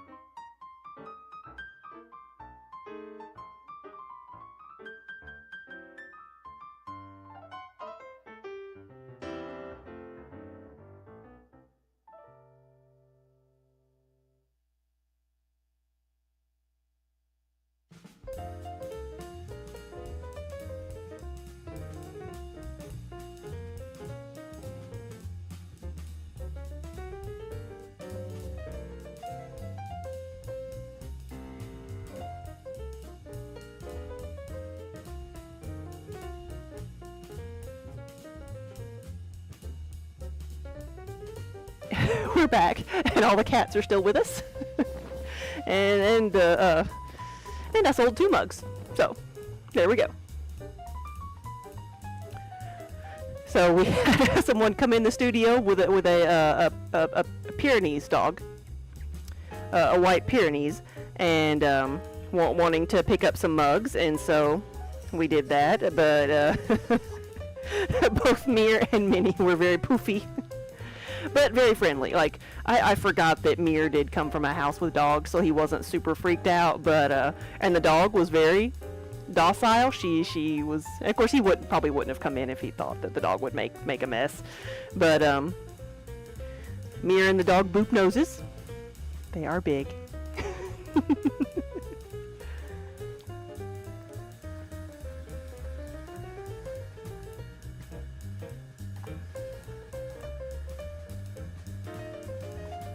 Dog's name was Jojo, and she was very sweet.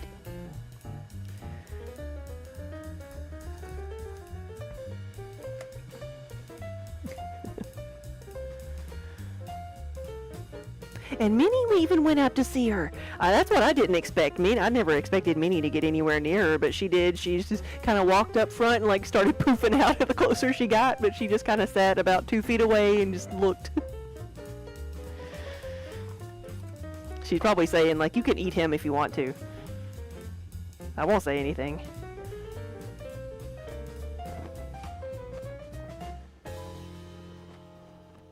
Look at her, she's just sniffing where the dog was sitting.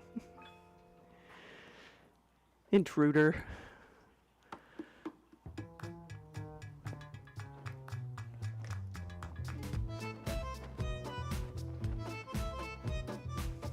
Well, a friend of yours has one. He's the most friendly derp. Yeah, she was very sweet.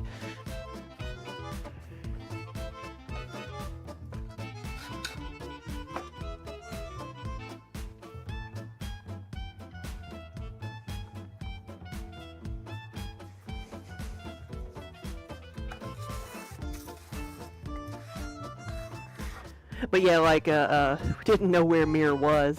And I walked up to the front and saw the guy with the dog, and then Mir was behind them. Like, they were like in the middle of the front, and Mir was next to the front door, backlit by the sun, like all poofy and arched back. So I just went and grabbed him, thinking that I didn't know what he was going to do. But they had already booped noses and said hello. A drool machine, I bet. It reminds me of like Colleen's dogs, because the guy said that she was got her from a large dog rescue, you know, because people get the big dogs and don't realize how much it takes to take care of them. Oh, I bet they love snow. I know that's how Colleen's Bentley is.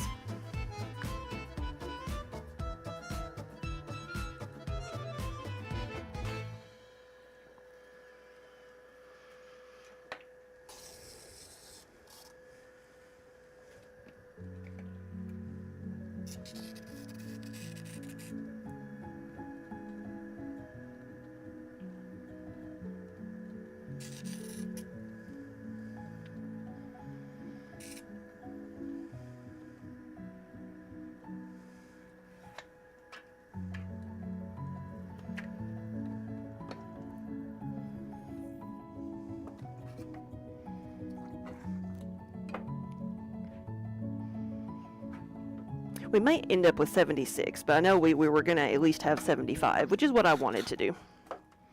So...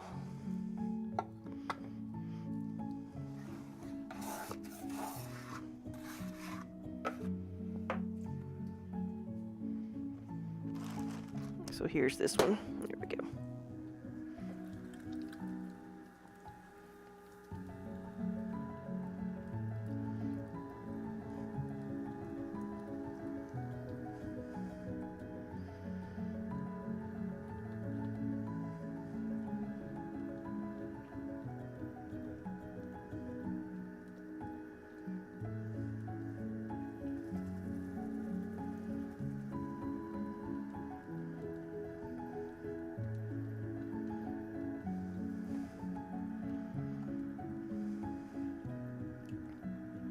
There's a fat cat rescue up in Niagara. You see them on YouTube, some baddies. It's the girl with the dogs.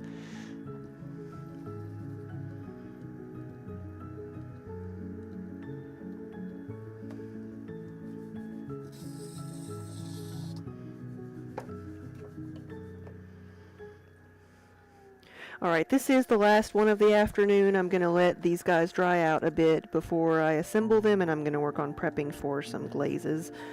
But I'll take a quick break before that. Let's do that. And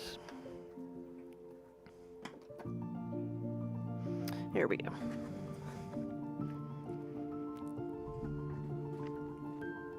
See how many we finally ended up with.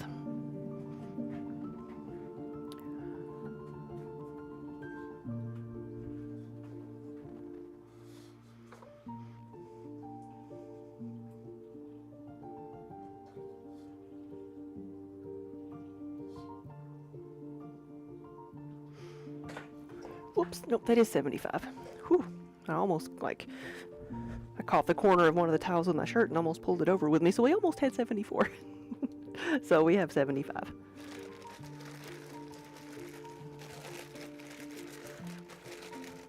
All right.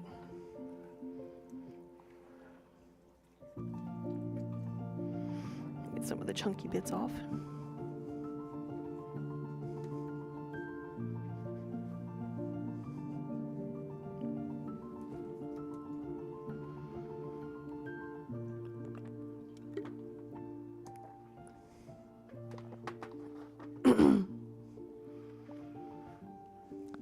I'm gonna see who else is on right now.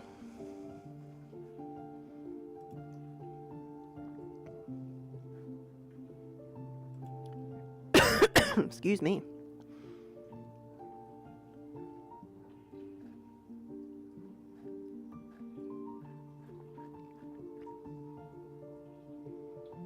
You love the grooming YouTube, but sometimes it's so sad because of like how like the state some of the pets get into. I feel like that, like some of the stories I've heard from some of the fat cat rescues or stories of trying to get really overweight cats down, is it usually involves like their owner with like dementia or something like that, where they get constantly fed because because that's what cats do.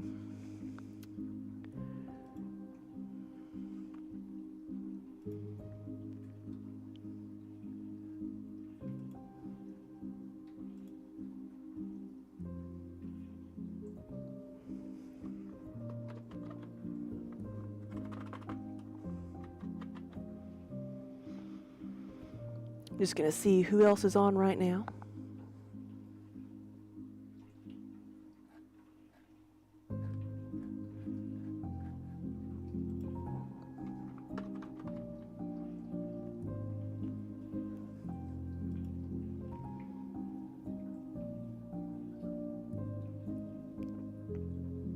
As your Petal, thank you guys so much for stopping by.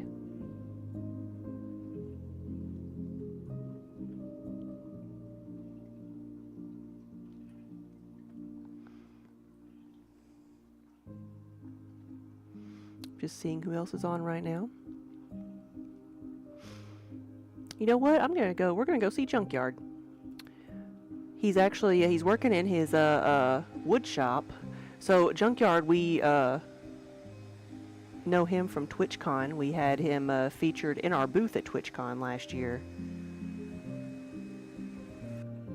Let's do that. And he does a lot of video game streaming, but also woodworking. Let's go see.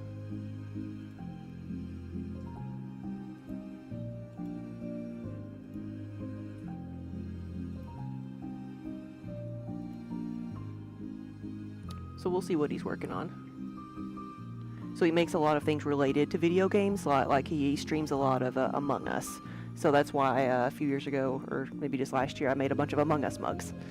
So, guys, thank you so much for watching. I'll be back tomorrow, probably doing some glazing, which is adding color to the pots. So, I'll see y'all later. Have a good afternoon, and take care.